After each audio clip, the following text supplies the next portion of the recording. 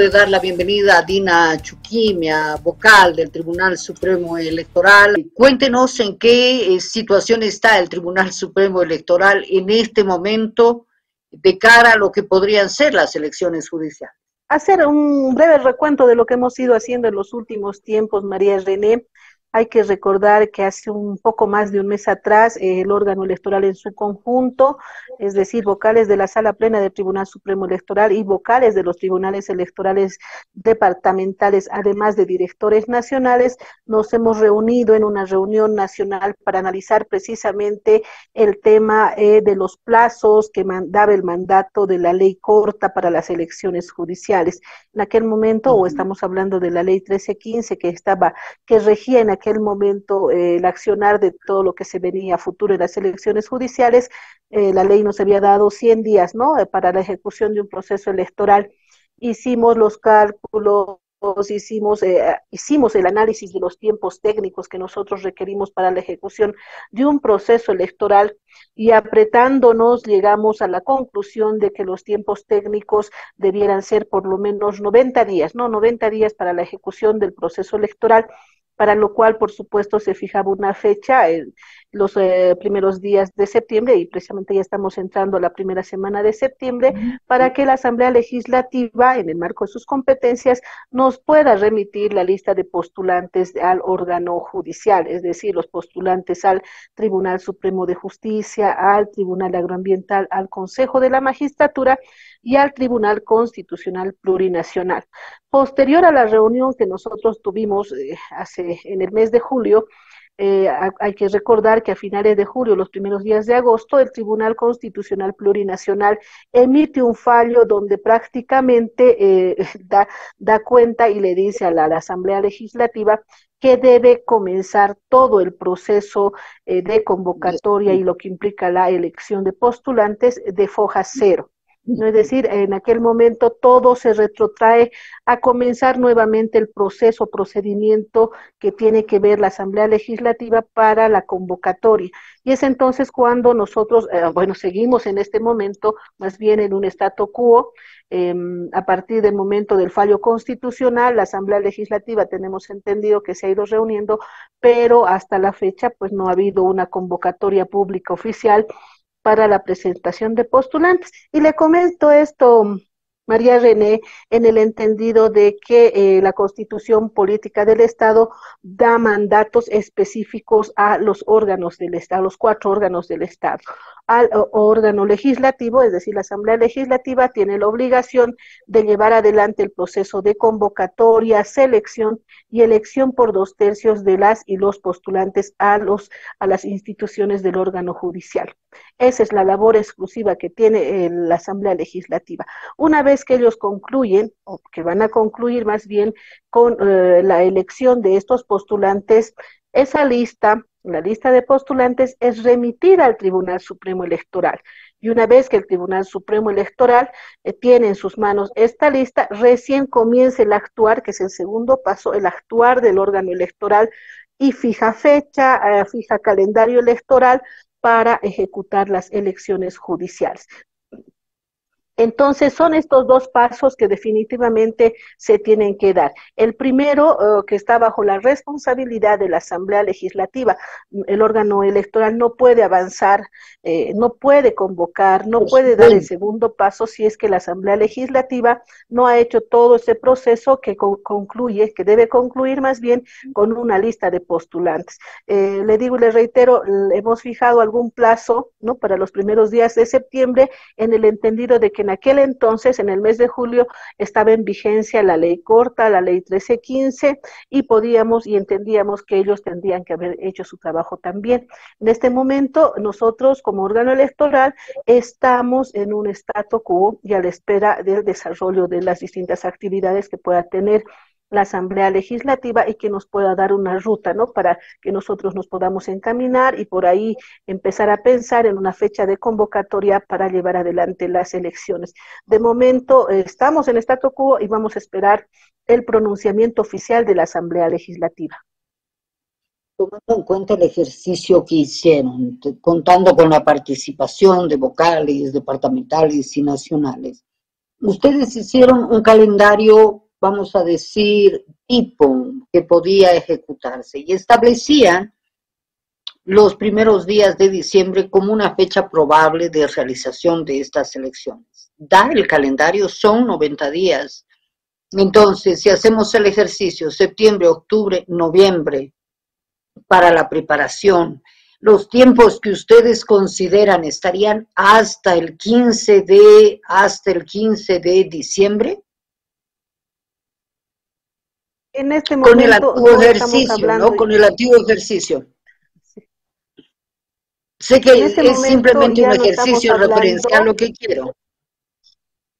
A ver, en este momento ya no estamos hablando de plazos, es más, nuestro calendario solamente habla de días, no días calendario que nosotros requerimos.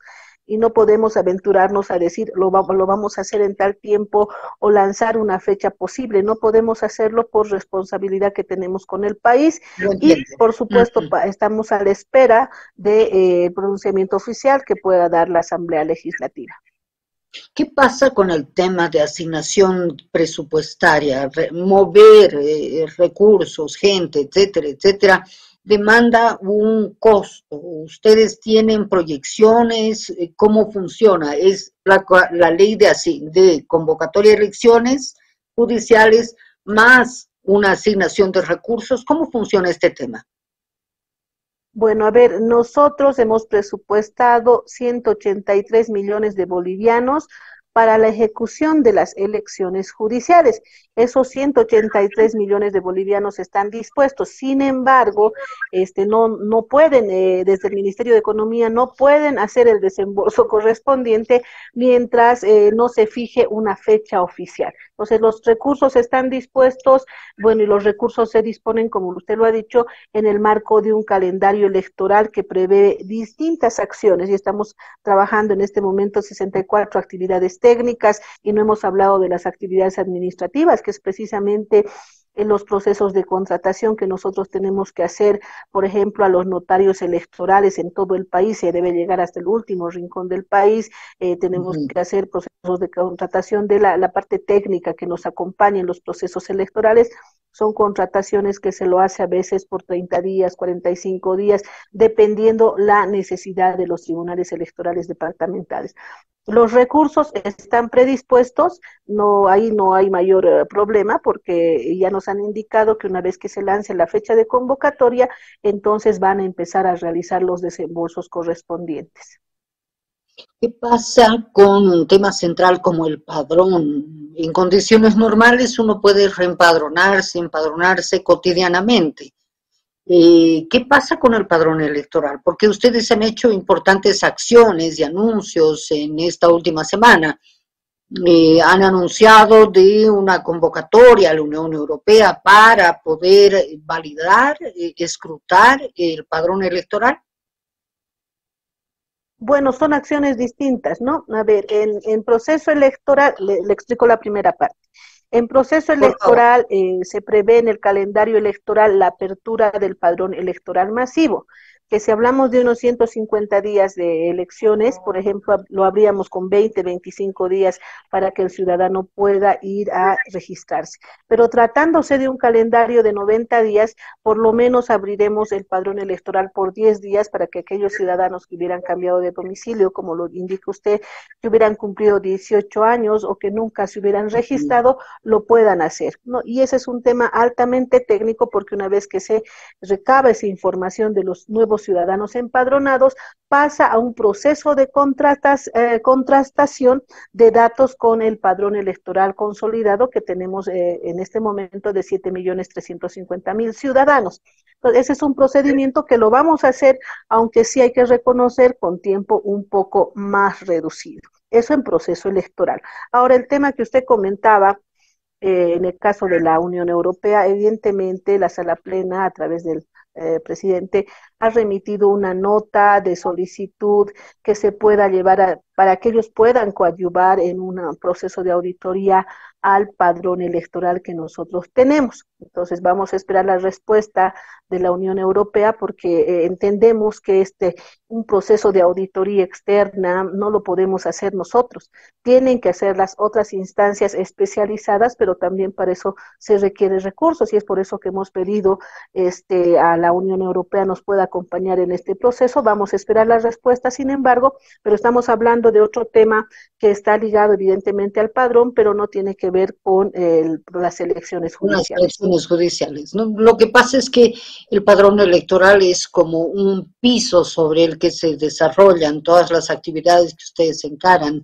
Dentro de esto, ya que de alguna manera estamos abriendo una puerta, ¿podría usted decirme qué ha sucedido con estas 20 observaciones que han hecho para que se retire a funcionarios del Ceresi? Porque esto es sensible, la gente quiere hablar del tema.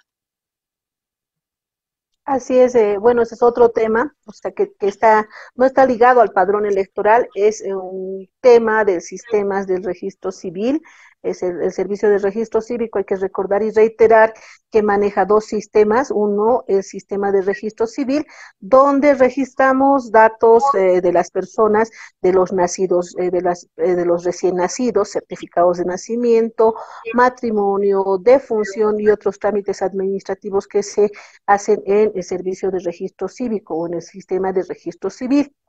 El otro es el padrón electoral, que es un tema que es el otro sistema que manejamos como Ceresi. En el caso del registro civil, que ha sido un tema que nosotros la semana pasada evidentemente lo denunciamos y remitimos una denuncia ante el Ministerio Público, es el hecho de que algunos funcionarios hubieran utilizado contraseñas o usuarios no permitidos para llevar adelante trámites, ¿no? Trámites de manera ilegal. No, ahí está de por medio inclusive un tramitador a quien ya se ha identificado y esperamos que el Ministerio Público pueda tomar las cartas en el asunto. En ese entendido, decirle a la ciudadanía que todos los trámites que se llevan adelante en el servicio de registro civil son de manera personal, no a través de tramitadores, porque ahorita, por ejemplo, hay como 52 trámites administrativos que se han realizado en los últimos tiempos que están observados y que por decisión de Sala Plena esos trámites van a volver a foja cero. Habrán pagado tramitadores, evidentemente se ha podido identificar a un señor Amílcar N., que ha llevado adelante solamente él esos 52 trámites, entonces esos trámites están observados y obviamente no lo hace solamente el tramitador, ha habido la concomitancia de algunos funcionarios y por supuesto también la responsabilidad de nuestra parte ejecutiva en la Dirección Nacional del Registro Civil y del Servicio Departamental, que no ha hecho los controles pertinentes, ¿no? Hay que recordar y reiterar que nosotros manejamos sistemas y por eso precisamente los sistemas pueden, si no hay control, pues se vuelven vulnerables. En este caso, los jefes de la sección de tecnología no han hecho los controles pertinentes, han permitido accesos y usuarios no permitidos, y es por eso y a raíz de esa situación que se está prescindiendo de 20 funcionarios, entre funcionarios de la Dirección Nacional y funcionarios de la Dirección Departamental, se está prescindiendo sus servicios, ¿no? La mayor parte se puede indicar que entre los agradecimientos de servicios o destituidos, no me gusta mucho la palabra, están funcionarios que han realizado trámites, ¿no? Ahora, obviamente, el Ministerio Público en las investigaciones dirá este es culpable o este es inocente, pero es que no podemos tener a los funcionarios con esa duda y que sigan trabajando con la ciudadanía. Entonces, eso es lo que ha sucedido, María René, y nosotros, al tener conocimiento de manera inmediata, hemos tomado esas acciones. Ahora, una otra acción que creo es importante que la ciudadanía también lo sepa, y que lo ha tomado Sala Plena, es el hecho de ir verificando, por ejemplo, si algún ciudadano en los últimos 5 años no ha tenido movimiento, o sea, es decir, no ha ido a sacar su certificado de nacimiento porque no lo necesitaba por ahí, no, o no ha hecho ningún trámite en el servicio de registro cívico, pues esa partida va a quedar prácticamente congelada hasta que aparezca el ciudadano El ciudadano va a ir a sacar, después de 5 o 6 años, seguramente va a ir a sacar su certificado de nacimiento y le van a decir, necesitamos, señor, necesitamos actualizar sus datos, está congelada su partida, pero la descongelamos en el momento actualizando la información del ciudadano. Entonces, esa información va a permitir que nosotros tengamos los datos actualizados de los ciudadanos, que de alguna forma a veces no necesitamos por años sacar un certificado de nacimiento. En el caso mío, por ejemplo, no he sacado el certificado de matrimonio desde que me casé, que son como 15 años. Mi esposo hizo un movimiento hace 10 años atrás, entonces ahí ha quedado ese trámite. Pero sí he sacado mi certificado de nacimiento, entonces quiere decir que el ciudadano está vivo o está en territorio nacional. Hay que aclarar también, María René, que después de todo lo que se nos ha venido con el COVID, muchos familiares nuestros han fallecido. Los que estamos en la ciudad no hubo mayor problema porque pudieron hacer el registro del fallecimiento ante un oficial de registro civil porque lo demandaba el cementerio, que es normalmente público. Pero en provincias, María René, la gente ha fallecido por el COVID o por cualquier razón y ha sido enterrada sin tener un certificado de nacimiento o que certificado de defunción, y esa defunción no ha sido registrada en nuestro servicio de registro cívico. Entonces, ¿qué pasa? Pasan 5 años, ¿no? El ciudadano ya no ha vuelto a hacer nunca más su movimiento en el registro civil, pasa 7 años, resulta que recién aparece la familia y necesita el certificado de defunción y tienen que hacer un nuevo trámite. Entonces, esta medida que nosotros hemos tomado como sala plena va a permitir actualizar la información de las y los ciudadanos que estén registrados en el servicio de registro cívico. Hay que recordar y reiterar a la ciudadanía que el certificado de nacimiento le da al ciudadano ese estatus de ser ciudadano en este Estado plurinacional, antes seguramente república, y que le permite, ¿no?, gozar de algunos derechos que le da el Estado, pero para ello el ciudadano requiere también actualizar sus datos. Hay algunas personas, puede ser algún caso extremo, que nunca han cambiado de domicilio, no ha necesitado hacer ninguna modificación, pero sí nuestro sistema de registro civil, si usted va, por ejemplo, a sacar su certificado de nacimiento o el certificado de nacimiento de su hijo o tal vez el suyo propio, ya para seguridad le toman una fotografía, ¿no? Y ahí nuestros funcionarios saben, ¿no?, que si saca el certificado de nacimiento de su hijo, allá ha venido la madre, le sacamos la fotografía, la madre es la autorizada a sacar ese documento. Entonces, hay estos casos que nosotros definitivamente estamos ajustando las medidas de seguridad y esperamos que la ciudadanía pueda comprendernos. Si es que sucede esa situación, porque a partir del jueves pasado nosotros prácticamente congelamos ya a todos los registros que no hubieran tenido movimientos en los últimos 5 años. Si el ciudadano va y le dicen está congelado su registro, pues en ese momento nuestros funcionarios tienen que darle la solución para que él pueda continuar con su trámite. Bueno, y lo importante es no asustarse, ¿no? Porque a veces uno dice, ¿y ahora qué hago? ¿Cómo soluciono esto? Número 1, trámites personales. Número 2, si te dan la información de que está congelada tu situación, es muy simple el descongelarla.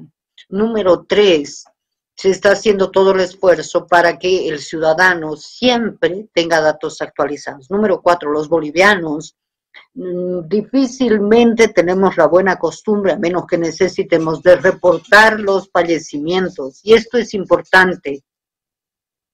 Si no fueran las empresas que hacen los entierros, nosotros no nos ocuparíamos de este trámite de declarar el fallecimiento de un ser querido, ¿no?